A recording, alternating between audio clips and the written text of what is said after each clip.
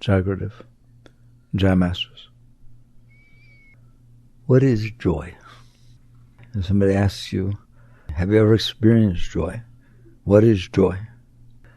The deepest and simplest answer is not a warm kitten.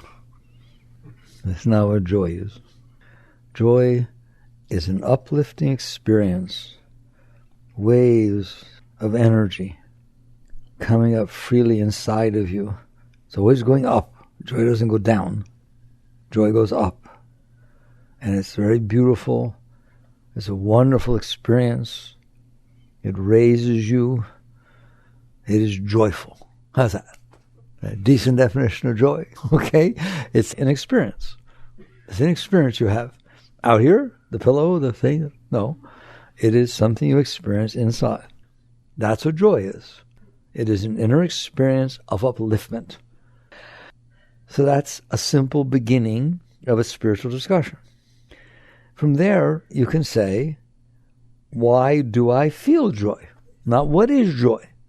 Why do I feel joy? And then you're going to be able to look out and say, well, when this person said they love me, I felt joy. When this person gave me the winning lottery ticket for $3 million, I felt joy.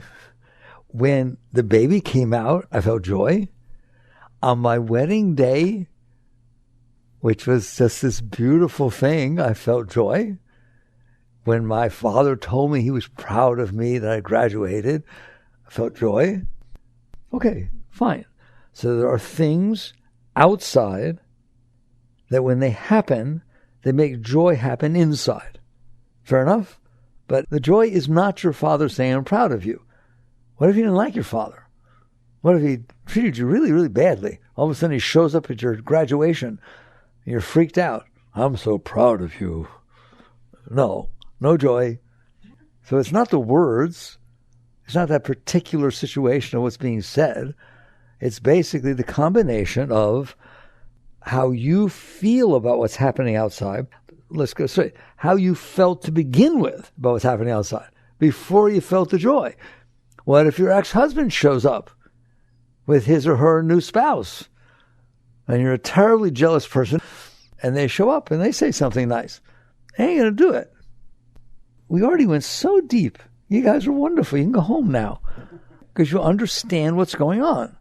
There are things that happen outside. Well, there's always things that happen outside. It's a happening place, isn't it? There's things going on outside. When they come in to you, how do they come into you? You have senses. 5 of them.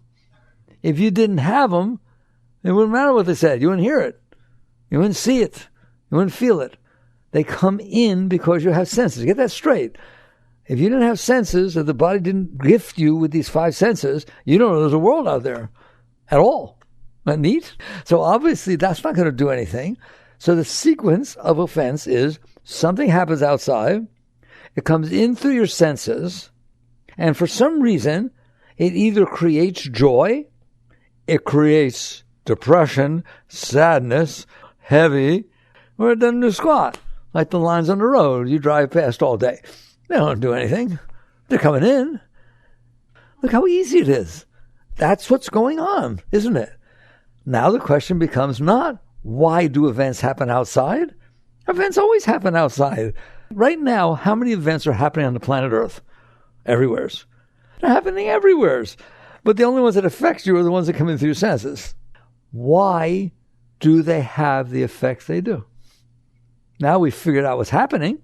Events are happening. They come in. They can create joy, sadness, or be neutral. What determines what they do? Not like you decide. It happens. It happens because of what you have already going on inside of you. That's what determines how what comes in affects inside of you. So if you didn't get along with your father, the probability is if someone says, hey, your father's on the phone. You really, really, really loved your father. You haven't heard from him in a long time. Your father's on the phone. Same phone call. Same Father, but not the same you. So it isn't the fact that father or mother or boyfriend or girlfriend or child or lottery ticket create joy. What if you are very much not into money? You're a renunciate of money. You've practiced that completely. Everyone knows you're not into money, and you win the lottery for $6 million. Don't tell anybody. You see what I'm saying? It's not the event. It's not the person. It's not what they said. It comes in. I'm sorry to really belabor the point. You're in high school. Because you were all weird in high school. We were all weird in high school. I'll get that straight. Now, that was a tough trip, high school, right? You're in high school, and you got cliques, all right? And all of a sudden, somebody from the other clique that is, no, we don't deal with them, and you're with all your friends, your doobies, and somebody from the other clique comes over there and just says, I just want to tell you, I just admire you so tremendously. And everyone's listening, and this is somebody no one likes. How you doing? It isn't the words. It is what you have already programmed inside of you, that when the event comes in, it passes through that, and that's what determines what the reaction is. So then that's very logical. Is this important to talk about? I mean, you got to live in there. You got to live with this. So now the question becomes, why is it that way in here? How did it get that way in here? How did it get that there's this filter that the outside passes through, and by the time it gets through, you either feel joy, depression, sadness, or didn't do anything. Guess what most stuff does? Guess what most stuff that comes into your senses all day does? Nothing. Trees are passing by, cars are passing by, clouds are passing by. In general, 99% of every single thing that comes into your senses doesn't do squat.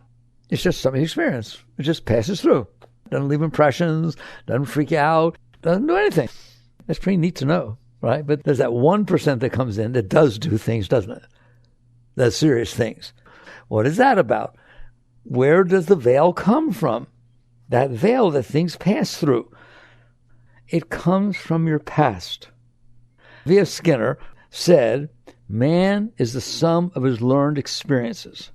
From a psychological point of view, he's right.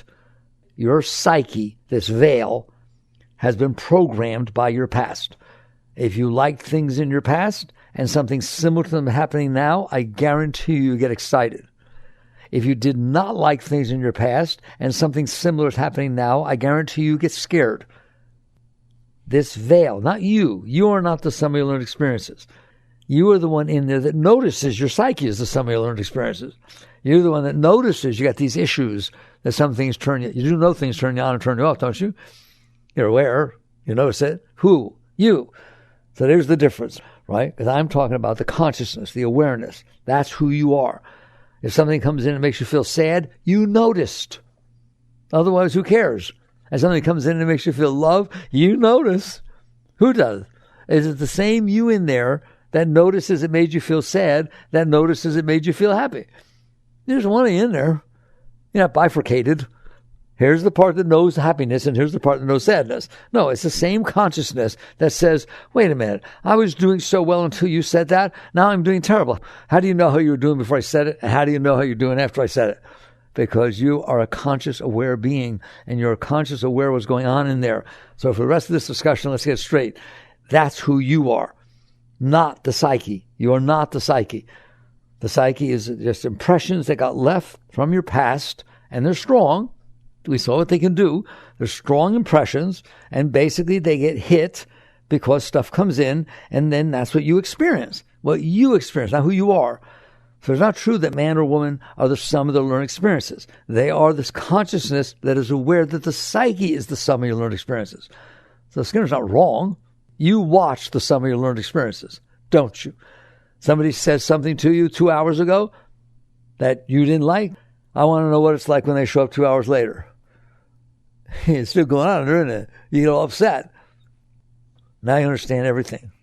The world is going to unfold in front of you. So if something comes in and it hits your stuff, can I call it your stuff? What is your stuff? The collection that you didn't let go of that happened in your past. Most of you let go right through. Remember? 99% every day is all happening.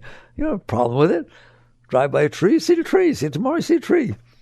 But if it left an impression that you were not comfortable with, or you were very comfortable with, oh, look at that tree. Oh my God, that's the one they said was worth $1 million. Is that on my land? Oh my God, it's right on the edge. Look what you've just done to a stupid tree. In other words, it didn't pass through. Can you get that impression? Things pass through, don't they? But not all of them. No, not on my watch. This is not going to happen. I can't believe you said that. I can't believe you dressed like that. How could you dress like that when we're going? How could you drive like that? Something inside says things like that, doesn't it? No, not on my watch. And you resist when it starts to come in. That's why it stays in there. That's what your veil is made of. The things you did not let pass through. Now, if you want to justify, I shouldn't have let this pass through. Okay, do whatever you want. The point is, I can tell you a secret. You let stuff pass through, you process it, you're way better off. Because you're not building this veil that has conditions that are going to determine what happens for the rest of your life. So if daddy was not nice to you and spanked you, or mommy or whatever it is, right, when you're up to 6, 8 years old, and then it stops, and you're now 68, I don't want that going on inside of me. It hasn't happened for 60 years. Why do I want that if the word mother or father or somebody said something about spanking, whatever it is, when it comes in, I feel the same freakness that I did 60 years ago. Why would I want that? Why do I want to carry it for my whole life? It hasn't happened for 60 years. But it wasn't nice. The not niceness of that happening when you were 6 is nowheres compared to the 60 years you carried it with you, making it bother your life. Let it go. Understand that if I don't let it go, it is going to become part of that veil we talked about. And I'm going to be sensitive about that subject. For how long? Till the day I die. Ask Freud. This is what's going on. That's your psyche. It's not who you are. So you start to understand the world's going to unfold. It's going to hit the veil that you built, that you held on to, and then it's going to cause that reaction. It's a filter. If you shine light through a filter, it's going to come out the other side based on the filter, isn't it? Right? If the filter was orange, you got orange light. Red, you got red light. Blue, you got blue light. Dark, no, you got no light. Clear, you got plenty of light. That's what this is. Your psyche that you've built inside is a veil, a filter that the world must pass through in order for you to experience it. And so when you experience it, it has been tinged by that filter. And there is no such thing as, no, I adjusted for it. No, you didn't. If you were capable of adjusting for it, you wouldn't be holding on to it. If it didn't bother you anymore, then it wouldn't be there. You can't sit there and say, yes, I'm freaked out by what my father did when I was young, but it's not affecting me. Well, you just said you're freaked out by it. Yeah, but I make sure I don't go near there and I don't go near the house and I don't live in the same state. Okay, you got it all worked out. What you have done is said, because I have this veil that things hit and cause trouble, I have manipulated everybody and everything in my life to not hit it. That is what is going to happen if you don't wake up. You're going to have to create environments outside of you, purposely, willfully, that don't hit your stuff. And all I've talked about is the negative stuff. I don't want to lay on your head the positive stuff, but we're in here to talk truth. Are there positive impressions? Of course there are positive impressions. The first time you get a kiss, the first time someone says they love you, the first time you get a new car, there's all kinds of things that happen out there that when they come in, they're beautiful. We said that, didn't we? What do you do with those? You let them pass right through? No, you hold on to them because you want them to happen again. You do what the Buddhists call cling. You cling to them. You said, you love me, stay, don't move, stay right there, wait, I'll be right back. If you did something that makes me feel good inside, you ain't going nowheres. Okay? You are staying right here. And so you grab it and you hold it. Why? Because it's pleasant. The other you push away because it's not pleasant. In both cases, the same thing happens. It stays in your veil. It becomes your veil. This is what I don't like. This is what I do like. You do have those things, don't you? What are they called? Oh, yeah, preferences. Desires and fears. The Buddhists call them preferences. I like that word, preferences. It's a natural thing to have, isn't it? You have preferences, don't you? Where did you get them? Not how do you fulfill them.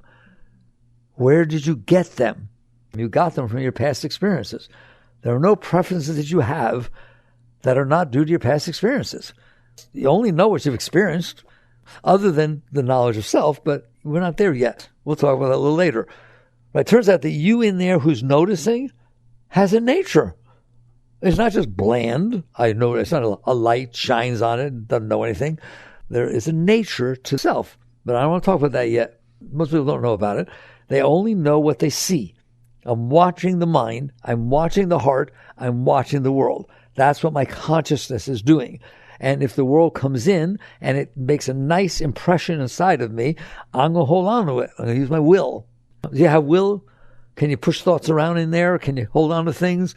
Can you push things around out here? You have a power inside, don't you? You're not just totally neutral. You can make things happen, both inside and out. Make your mind say hello right now. Hello, over and over, inside. Is it doing it? First of all, how do you know it's doing it?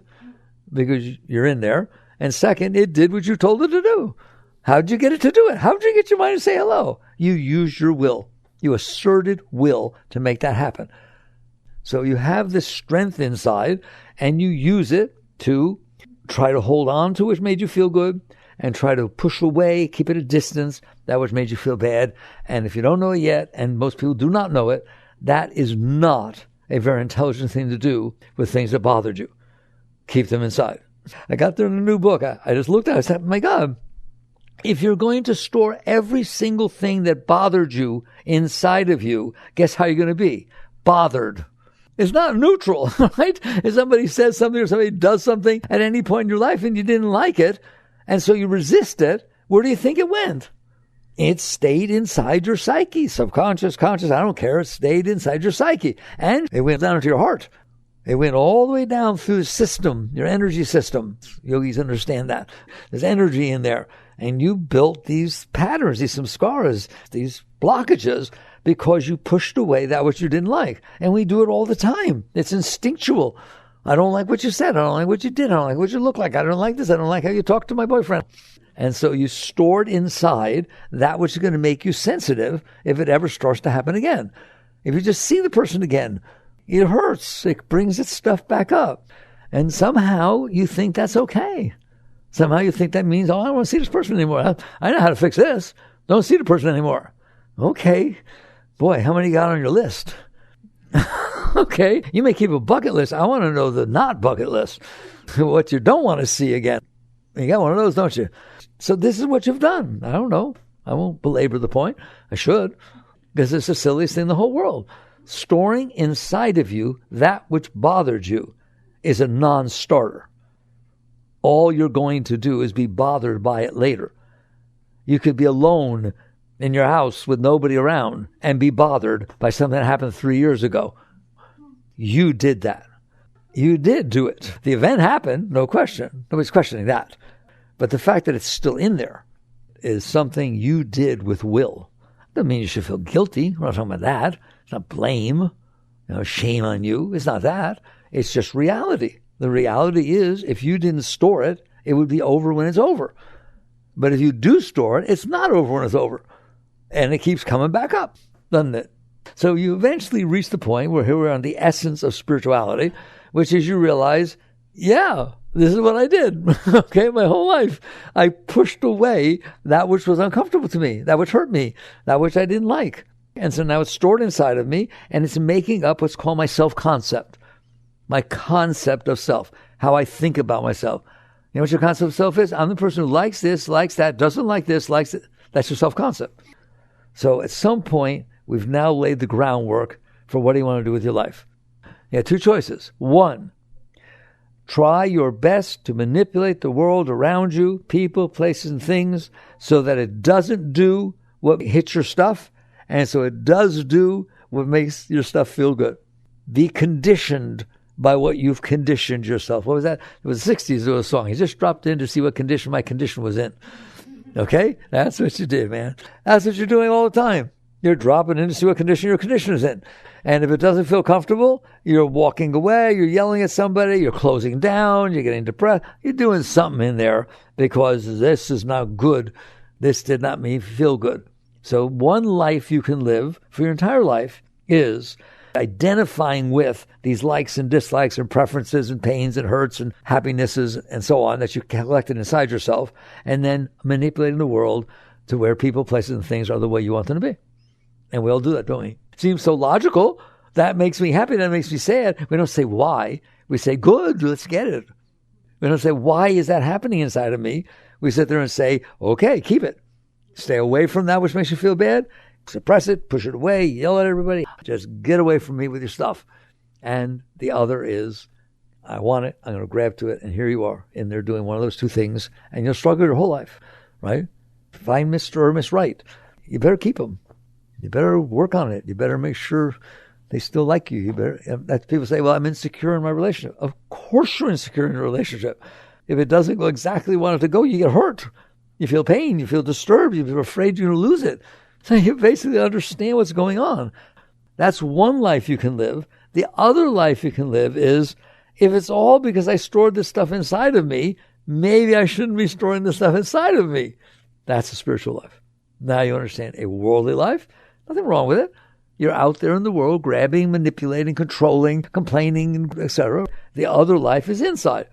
I have decided, I see this. I don't want that stuff inside of me. I would like to be free, liberated. That's what liberation is. Freedom from yourself. Not freedom from society, not freedom from your parents, not freedom from authority. It is freedom from yourself. I've stored this stuff inside of me, and as such, it's telling me what to do. It's telling me who to like. It's telling me who not to like. It's telling me what I can accept, what I can't accept, isn't it? It's telling me every single thing that's based on what I stored in here. If it makes me happy, it told me how to go get it. If it messes me up, it told me to stay away from it and how to do that, etc., etc. Or you do this amazing thing, which I'm so proud of you guys that you even consider doing it, which is, instead of devoting yourself to your problem, learn how to let go. Learn how to let it go. So you become an open being. What's going to happen if I'm an open being? Let's just loop back around. When you got what you wanted, you opened. That's what it does. The veil opens, and you felt joy. I started by talking about joy, didn't I? That's when you feel joy. That's when you feel love. You don't feel it for someone you're closed around, do you? And when you're closed, you feel yicky. You feel resistant.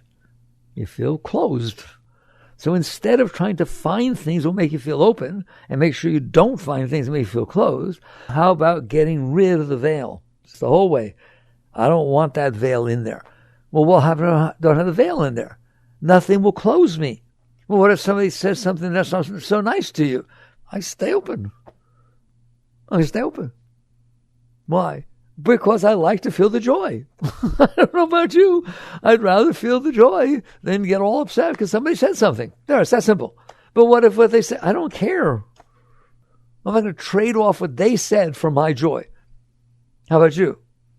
That's spiritual. It's not about right or wrong or good or bad. It's about, do I want to feel joy? Do I want to feel love? And the answer is, yeah, I like it. In other words, that's why I was out there trying to manipulate everybody to get it the way I wanted so I could feel love, so I could feel joy. I found a cheating secret passage. That's what yoga is. It's a little escape trap where you don't have to do all that stuff that everybody else has to do in order to feel love. I'm telling you right now, if you're open, you feel love. I can remember times when I was in high school, I was a sports car mechanic. There's reasons how that happened, but net result is I worked on MGs and Triumphs and Jaguars and all kinds of things. And it opened me. Cars opened me. I really liked it. And I can remember being next to a car that was, really beautiful, like a Ferrari. It's a really nice car, and feeling love. I mean, overwhelming love. It was just unbelievable. I walked around the car, and it just did not stop. There was just an overwhelming, beautiful feeling. It was, art, we feel that way, don't we? Doesn't it have to be a person to feel love, to feel open? Music can do it, can't it? It's not just a relationship with a person. And all of a sudden you say, wait a minute, what is going on here? How can I feel all that love for a car? How can I feel all that love for music? How can I feel all that love for a painting? Because you opened. It has nothing to do with the car. It has nothing to do with the painting. It's because it opened you. It stimulated you to open. Music that turns you on turns her off. It's just basically you open. And when you open, you feel love. That's the key word.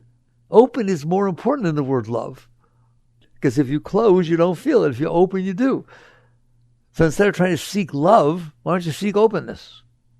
Here, if I put the blinds down during the day, it's dark in here. You have two choices. Same choice I just gave you. One, hire a bunch of lighting companies to come in and spend all kinds of money to put lighting in all different places of your house, artificial lighting, so that you could have light in your house. Or open the blinds. That's what we're talking about. Building a life behind your closedness by bringing the right people in and keeping them there and make sure they say the right thing, do everything right and make sure you have the artwork in there. Just try to build inside the closed cave that which is comfortable, that which feels better. Or open the blinds. But it could be scary. That's right. It could be scary out there. But boy, if you open those blinds, it becomes unconditional. It's there all the time. It never changes. If you open, it's always filled with love. It's always filled with joy. So the question is, do you want to go out and try to decorate the closed house, the tiny little cabin in there where you just pull the things in that you want and put the other things out and make it look the way you want so that you can feel some openness, something? Or do you want to open? They want to learn how to open. That is spirituality. There's nothing wrong with the other. It just doesn't work as well. In fact, it doesn't work at all. Because everything keeps changing, you keep changing. And, that what you like when you're 14, you don't like when you're 24. It's hard, isn't it? Try and build something around that's exactly the way you want it to be, and it stays that way. It's very, very difficult. So basically, you get to the point where you say, I'd like to learn to stay open. How do you learn to stay open? You can't when you have all this stuff inside of you. You're afraid something will touch it. You're afraid you can trust anybody. You're afraid of this, you're afraid of that, you're afraid of that. Or you grab only this will work. It doesn't work. It's conditional. Therefore, the way to stay open is to let go of that which closes you. It's not to find something that you really like. I got to find my passion. Somebody asked me to talk to their students, and they teach their students, find your passion, find your passion. And I said, yes, it's wonderful. But I'd rather find out why you don't feel passionate about everything. Otherwise, again, it's this big, it's a very slim sliver that works for you. They all teach find your passion. It's beautiful. Of course I want you to find your passion. But if your passion is this big, it has to be the right boss for the right job and the right thing that they gave me at this time, and they can't have this going on. That's a pretty slim little thing over there, right? I want you to have passion all the time about everything. I want you to be passionate because you woke up in the morning. I want you to be passionate because you're falling asleep at night. I want you to be passionate because you're putting your clothes on. I want you to be passionate because somebody said to you, oh my God, that was the ugliest thing I ever saw. I want you to be passionate every single second of every moment of your life. I want you to feel love, joy, passion. I don't want it ever to go away. How's that? How's that? Let's set our star high enough to where at least if you achieve it, you made something. If you go out there and you get somebody that you like, it all changes. It always does. I don't know what to tell you. It comes and it goes. Finances, jobs, things that turn down before don't always turn down now, do they? And so you just come down to say, I want to set my sights. This is what spirituality means. It doesn't mean you renounce the rest. You don't renounce the rest. While you're doing this, the rest unfolds. You're just not defining it as the rest. You're not defining this is what will work and this. No. Staying open all the time, never closing, is what works. If you stay open, you feel the joy. You feel the love. If you close, you don't. 1 + 1 = 2. It's just simple stuff. So let's repeat it. If you stay open, you feel love, joy, passion. Because that's all the world did is get you to open once in a while. And you felt those things. Those are inside of you. You are able to have them all the time. They're your birthright. They're who you are. But you close. You close because somebody said something. You close because you thought something about somebody might have said something. You said if these triggers are unbelievable, of course you can't be okay. Because you close all the time over everything. Have a thought about what somebody said to you 4 years ago or in high school. It's going to bother you. You're going to close again. So you wake up. I can't do this. I don't want to live like that. I want to be unconditionally open. And when you get there, come visit me. Because I'm telling you right now, the joy and the love and the beauty that's flowing off of you is contagious. Just like you go be around a person who's depressed all the time. How do you feel? Open? Fun? It's the same thing with high. Be around a person that's always high. Be around a person that's emanating that joy and love. You're going to feel it. It's a wonderful place to live. It's a wonderful place to be around. Be that. Don't look for that. Be that. How? You have to stay open. Okay, now we're down to what's my spiritual work? Is there a way? Just say, well, I'm sensitive. Some people are sensitive. I'm sensitive. If somebody says something I don't like, I close. And I close for a long time. I don't forgive them. I say I do, but I don't because I can't. Because it hurt. It's locked inside of me. Anybody can relate at all? So you sit there and say, I don't want to be like that. Not I don't want them to say that. I don't want to be like that. If they say it, I don't want to close. If I have to deal with what they said, I want to do it from a place of openness, a place of joy, a place of acceptance. Doesn't mean I don't deal with it, but I don't deal with it because I closed. I don't deal with it because it hurt me. I don't deal with it because I can't deal with it. I can't handle it. Now, that's kind of not our natural state. Okay, our natural state is to defend ourselves, to fight, to push it away if it hurts, and to grab it if it feels good. That is the instinctual, natural thing that the will does because of how it's gotten trained. Just how an animal does that, fight or flight. So how do you get above that? The teachings are very simple. They're not easy to do, but they're simple to understand. What's it about? Here you go. There are going to be moments in your life, every single day, that things happen that open you, that things happen that close you. Doesn't have to be a whole lot, but it's going to tend to be like that. It could be as simple as you walk into a restaurant, they're playing music that you like. It could be simple as you walk into a restaurant and people are sitting too close and they're too loud. It doesn't take much, does it? Let's be honest. Does it take much to open or close you? Well, it takes a fair amount to open you. It doesn't take a whole lot to close you, does it? It does not take much to close you. So you catch on. This is witness consciousness. You start with awareness, which is why you meditate, which is why you do mantra. You just do different techniques to where you're there, then the event happens. You're always there, but you get sucked into the event too quickly. You don't have space in there. You don't have time in there, distance, to where the event happens, I feel the reaction, and I'm still here. That's called being centered. I'm centered in the seat of awareness. I was aware that this energy started to come up. It is not true that anger happens instantaneously.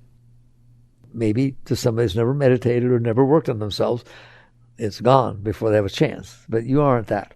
You've worked on yourself at least a little bit to where you feel it start to do this inside your stomach before it comes up. Every one of you know that you're about to get angry or hurt or desirous. You're going to feel these energies shift inside of you. And the question becomes, what do you do during those moments? That's the most important moment in your life. When an event takes place, it hits your stuff, and you see that you're about to close. That's where the rubber hits the road. Something happens, starts to cause this reaction. Do you buy into it and become the reaction and lose your center and then keep it all in there and let that whole mess happen once again? Or are you there? Can you notice I'm about to close? I feel it. I feel it in my heart. My mind is starting to get negative. I'm about to close. That's where your work is. That work is more important than the time you spend in meditation. You could spend hours in meditation and then go out and have this experience and close. You just wiped out your hours. You closed. You did it again. You made a habit out of not being able to handle things. If on the other hand, meditation is wonderful because I hope you stay centered, but on the other hand, something happens and you start to see yourself close. Now what do? That's the sacred time I want. I want to talk to you about that sacred moment in which you start to close. Right now at that moment, say, do you want to close or not? Because if you close, we already talked about what's going to happen. You lose your joy, you lose your love, you're not friends with somebody anymore, you resent them forever for the rest of your life. That's a big thing. Or do you want to stay open? And if your intent is to stay open, you will win. If your intent is to justify closing, please don't do that, because then you're going to get caught right there. I was right to close. Well, that's like saying I'm right to not feel joy. I'm right to not feel love. And don't you dare think that it's selective with one person or another, You can be in the closest relationship forever, deep, deep with somebody. Then at work, something happened and you close down. You are bringing that closed state home. And because you justified closing, someday, somewhere, he or she will say something and you will close. And then you start closing around the people you love, boy, I hope that's a danger sign. You can sit there one day and say, I love you with all my heart, and then I can't stand to be around you. That's because you closed. That's a choice you made. So you just sit there and decide at that moment when it starts to close, no, I will not close. Then you get down to, has anyone ever taught you how not to close? I know I do. But are you willing to be there? The highest way is relax. The moment you see it start to tense up and close, and you know what that looks like, you in there, don't fight with it. Don't participate in it and don't fight with it. Just relax. Give it space. It will let go. Energy does not stay inside of you unless you hold it there. It is an act of will. You can do it. Over time, you can do it. You can relax. Well, why would I do that? So it doesn't stay stuck in you. You can always come back and deal with the person, place, or thing as soon as you've processed it, neutralized it. It's not leaving these marks inside of you for the rest of your life. It's your responsibility. It's your house in there. You're the only one in there.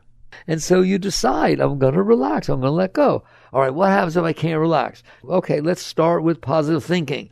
I still use that. Most of the time I can relax, but if I can't, if that's not what's happening, I can see. You can see what you're going to need. I would just start writing that. I love it. I love it. This is so beautiful. I'm so glad she said that. Oh my God, I feel so insulted. I love feeling insulted. And so you use your will instead of your will to resist this thing. Use your will to create an environment in which it has room to let go. That's called intent. If your intent is to try to stay open, you will win. The moment your intent is to no longer try this, then you won't do it. And you'll have more scars inside. You'll have more stored stuff. So you basically say, my intent is to let this pass. I don't care what was said. I don't care what was done. I don't care what it is. My first reaction is, it's reality. It happened. I can't change reality. No one has ever changed something that already happened to not happen. So adapt to the fact that somebody said something you didn't like for a moment. You can still come back and deal with it. I'm not into not dealing with things. I'm into not reacting to things, into not being personal so that I can't deal with it because I took it so personal, I'm freaking out, and then leaving marks inside myself. So instead, first you deal with it. First, that's your intent. I'm on a spiritual path. I want my heart open. I want my mind open. Therefore, I cannot close. Therefore, I'll use affirmation. Best I can, just start it. Just don't let the mind say what it wants to say. If something happens and it starts to close, you don't want to see what your mind's going to say because you know what it's going to say. The verbiage of a closed mind will pull you right down into this and it will leave marks inside of you forever. Versus using positive thinking. You can use positive thinking. You can use mantra. Mantra is a psychological technique that works no matter what your religion is or even atheist, be anything you want. I don't care. Mantra is basically saying, my mind can operate at multiple levels. Can't yours? You can be sitting there listening to me and still be thinking something inside your head. It's like you have tiers of the mind. Train the higher tier. Train one of your tiers to say the mantra. So you basically, let's say you don't have a Sanskrit mantra, so your mantra is, I can handle this. I can handle this. I can handle this. Whoa, would I like to have you have that going on inside your mind all the time? So you train your mind. Ever get a song stuck in there? It won't stop? I'd like the mantra stuck in there to not stop. I can handle this. I can handle this. Or Sri Ram Jai Ram. I don't care. It's your business. But please do it. I still do it. For all these years, I keep that going on in there. It's like a safety net. So that if something happens and it starts to react, what I hear is whatever mantra is. I can handle that. I can handle that. That's going on in the background. It's always in the background. Don't have to distract you. You can still do your work. But you've trained your mind to have a layer. And then you settle back into that. And the next thing you know, you're not getting pulled down into the reactive energy of your stored stuff. But in the end, if you can relax, the stuff will come up. And you want it to come up. You had enough trouble that the person said something or did something and it hit your stuff. It's bad enough the person said it, but now you got the stuff going on inside. Well, if you want to let go of the stuff, you have to let go of the stuff. It's your intent. That's what it means to be on a spiritual path. period. It's all the time. It's regardless of work, relationship. I don't care. You're always doing the same thing. You're letting go of yourself. You're letting go of the stuff that got stored in there. And you know what's going to happen? You're going to get happier. You are, I guarantee you. You're going to feel more joy. You're going to feel lighter. You're going to be less afraid because you know that you're okay regardless of what happens. That's where I want you. I don't want you to find a little house and a little person and a little box that you know if you keep it that way, you're okay. Most people can't even do that, by the way. They don't succeed at that. But that's not what I'm looking for. I'm looking for you to know you're going to be okay no matter what happens. Wouldn't that be nice? You don't have to be afraid of a relationship. You don't have to be afraid of a job. You don't have to be afraid of the new boss. You don't have to be afraid of anything because you're fine. This is how you get there. But you have to be willing to do the work. It's as simple as that. This is your work. But like I said, if you do the work inside, it doesn't mean you don't work outside, but get that inside neutral first. If you're reacting outside because you couldn't handle what happened, you're not going to do very well. Because now instead of resisting inside, you're resisting outside. You're pushing it away. Say you're sorry. Say you're sorry. How could you say that to me? And all of a sudden, woo, it's not so much fun to be around. So you own the responsibility of keeping your house clean. And I gave you a couple of clues. The book goes deeply into this. Living untethered. That's what it means. Living untethered. You're not tied down to yourself. And then really, and I always close this way, we just talked about having a nice life. You're not fighting with everybody all the time. You're not getting hurt all the time. And this thing about getting hurt, that's a drag. I don't want you getting hurt. You're a beautiful person. You shouldn't get hurt. You're inside. You can't get hurt in there. The Gita says that. There's a line in the Gita that says, weapons pierce it not. Waters cannot overwhelm it. That self inside is inside. Your conscience can't be touched by anything except that you let your mess get created in there. So you work on yourself. Then what's going to happen, it'll come in stages, is you'll find you're happier. At first you're happy, you're happy, it's wonderful. And then something bigger will come up. Because you stop the small stuff, something bigger will come up that you've held in there your whole life. And you may have noticed it, you may not have. It comes out of what Freud called the subconscious, that which you pushed away. And now it comes up. Why? Because there's not as much stuff. And at some point, can you handle it? What I want for you, keep letting go. I beg you. Don't ever get off this train. Just keep letting go. And the big stuff will come up and it will release. And then it will release and it will release and it will release. And the next thing you know, you start to get really high. You wake up in the morning, there's all this power pouring out of your heart. You become a being of power. You become a being of light. It just emanates through you because that's what's inside of you. And you don't have to close. So we've basically run the whole course. And what did it boil down to? Don't close. Learn not to close, ever. Well, you're not going to succeed at first. So you practice. You practice not closing. So it boils down to, you practice not closing. All right. And we started by talking about joy. That's when you feel joy. You are made of joy. That's what you are. You're a bundle of joy. And nothing can take it away from you. It's yours. All right. Work on these things. Jagradav.